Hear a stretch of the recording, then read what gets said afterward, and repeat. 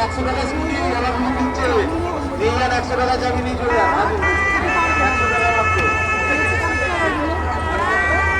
এই যে 100 টাকা, 100 টাকা চাবি। হীরের ঠাকুর হেলাপুকুরে আপনারা দেখতে পাচ্ছেন, এখন সামনে রয়েছি।